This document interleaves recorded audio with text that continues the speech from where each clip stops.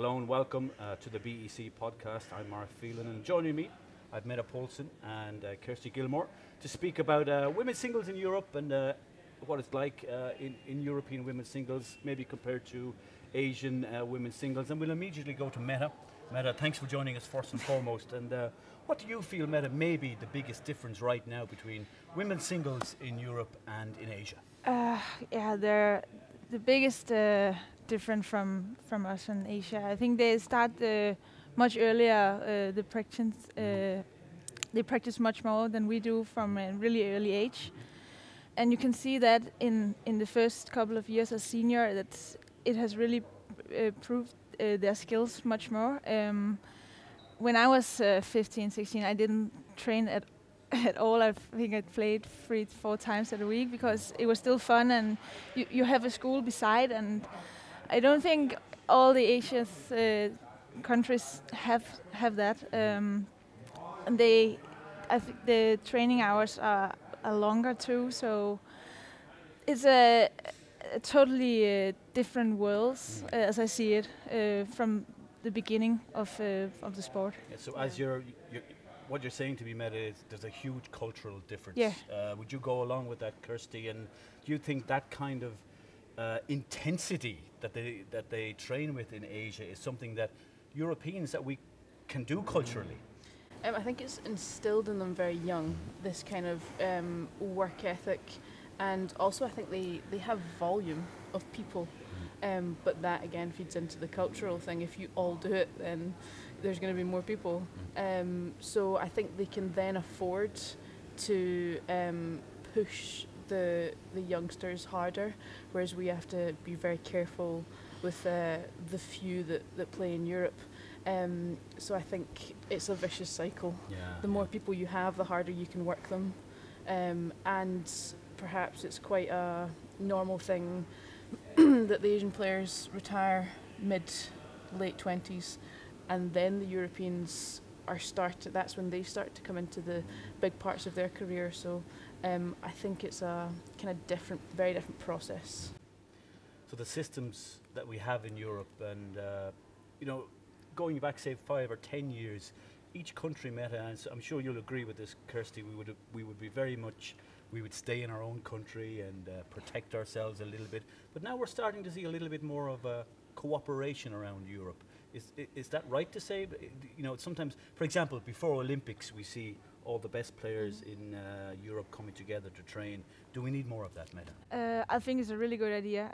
We have done it in Denmark for the World Champion practice, where the countries are invited. And now they have made this place in Holbæk in Denmark, the center. And I think it's really important to take parts of every culture in Europe to see how are they training, how are we doing this. In Denmark, I think we are really mentally strong, and we don't do things if we don't know why we're doing it. And that's a big part of the strength in Denmark. I remember Kenneth when he was in England, when he said you should do these things, and everyone was mostly just saying okay. And in Denmark, we are questioning things, and I think that's really important. And there's so much competition in Denmark too. So if you want to be the best, you really have to push the limit all the time. So I think it would be really good if the players from Europe and the top from the Europe are sharing the things with each other. What does it take, Kirsty? What does it take to be, a top-level women's singles player in Europe? Is it a really, really hard worker? Somebody who will dedicate themselves, day and night to women's singles that can really make the top, or is it somebody who's a little bit more, technically advanced, or what do you feel? I think it takes all sorts, and I think that's the beauty of badminton. There are some players that kind of can use their skills to get away with some things. I personally kind of went the other way. I just worked. So hard work doesn't scare me. I will run around all day.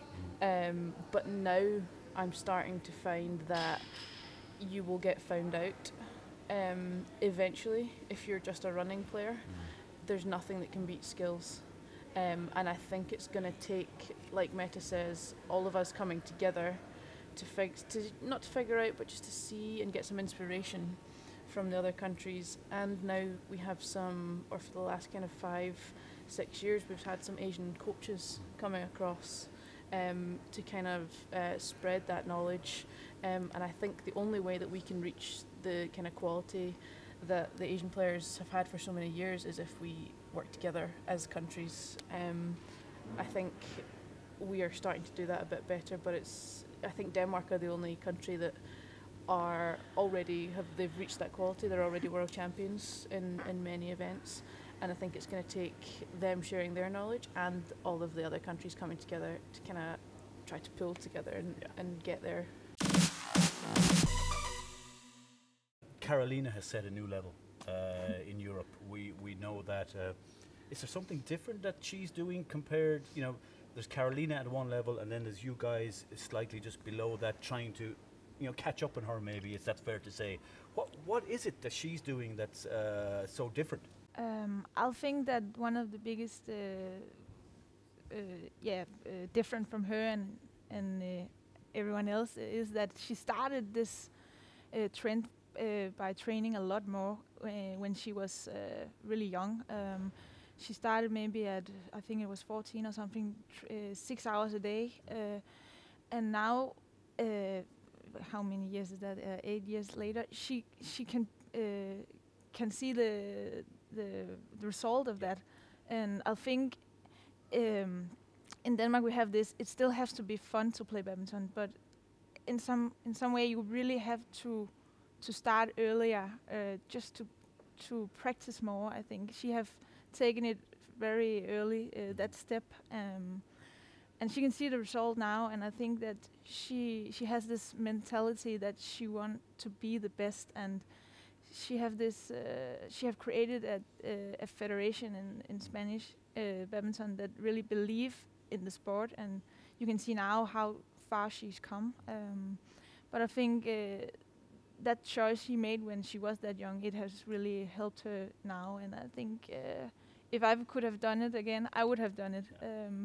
But you know, I know you want to be the best, and I know Kirsty wants to be the best, because that's why you're here and you love the sport, and both of you work so hard. So is there anything that, Kirsty, I'll put this to you now, is there anything that you feel, you know, system-wise across Europe, or, you know, that you feel we might change in Europe that might help the next bunch of 8 and 9 and 10-year-olds coming forward?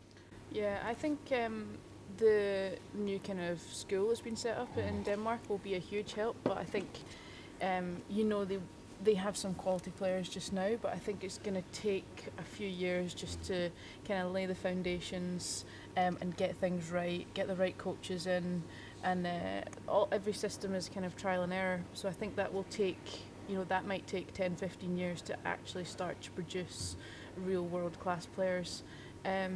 But system-wise, I think everyone can look towards the Danish system. It's all about clubs, and you know, it's a real, like we say, it's built into your culture from a young age. You play your sport, and the families get involved, and it doesn't become something that you need to sacrifice for. Because that's always what I was asked when I was growing up. It's like, you must sacrifice a lot. What's the biggest thing that you've sacrificed? To be honest, family events. Yeah. I have missed so many birthdays, weddings. Yeah. You know, I'm gonna miss Christmas this year. So yeah, it's I think to put in place a system where, like Mette says, it's fun, but it's also a commitment. And I think for Carolina, I think for Fernando to kind of recognise her talent at such a young age and invest in that, it's you kind of have to look at the long game and the big picture. Last question to you both, and I'll give it to you first, Kirsty, so I'll give you a little chance, because I put her on the spot. I put her on the spot from the start. Your toughest opponent you've played in women's singles, globally and then in Europe? You mean like a global player and then a European player? Yeah. Ooh. They can both be the Globally? same player, of course, but is there an Asian player that's particularly head-wrecking for you? One that springs to mind is Okahara. Okay. So sweet, angel-faced. Comes on, you're like, oh, this, you're going to be so nice. Nightmare. And then kills you. Absolute nightmare. Well, she kind of lets you just chip away, but she's just like, gonna get it back. It's fine. And then she looks so unassuming, but she's so fit, and she just rushes you in between points. She's standing ready, waiting for you to serve, and you're like, just give me, just Give me a few seconds. hang on a minute. And then within Europe, Carolina, just the overwhelming power that she brings to the court. I've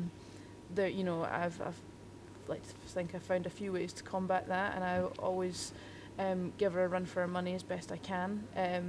But yeah, she's special, and there's nothing, no way around that. Now you've had 30 seconds to think, Mette. Well, in global, I remember last year at the Denmark Open, I played Sun Yu in second round, and she was just so tough because she was so strong at what she was doing. The shuttle just came back and back and back, and we've chosen the exact opposite players. Yeah, it was so tough mentally and physically too. So I remember that, and of course Carolina Marin, both in the Europe. She is so strong. I played her this spring at the Europeans, and if you just lose a second of concentration, you're out. It's so amazing, and we always talk about that when we talk about her. She's so focused from the beginning to the end, and if you don't do that, you don't have any chances. If you just think I can take an easy point now, that's not working. Not against the best players. So she must. I'd just like to say that Mette also had many tough games. Yeah, When we were juniors. When we were juniors, It was always Mette Poulsen top seeds. Yeah. Josephine Van Zandt, who I saw Yeah, earlier, yeah. second seeds. And then they would be the two that everyone was aiming for. Okay. Yeah, for sure. Girls, thank you for joining us. Of course, remember you can follow these girls on social media. They're both on Instagram and Facebook for sure, and Twitter. some on Twitter also. And remember for Badminton Europe to follow us on our social media channels, Facebook, Twitter and Instagram, and of course subscribe to our YouTube channel. And girls, thank you for joining us for this Badminton Europe podcast. And that's all from us. Goodbye.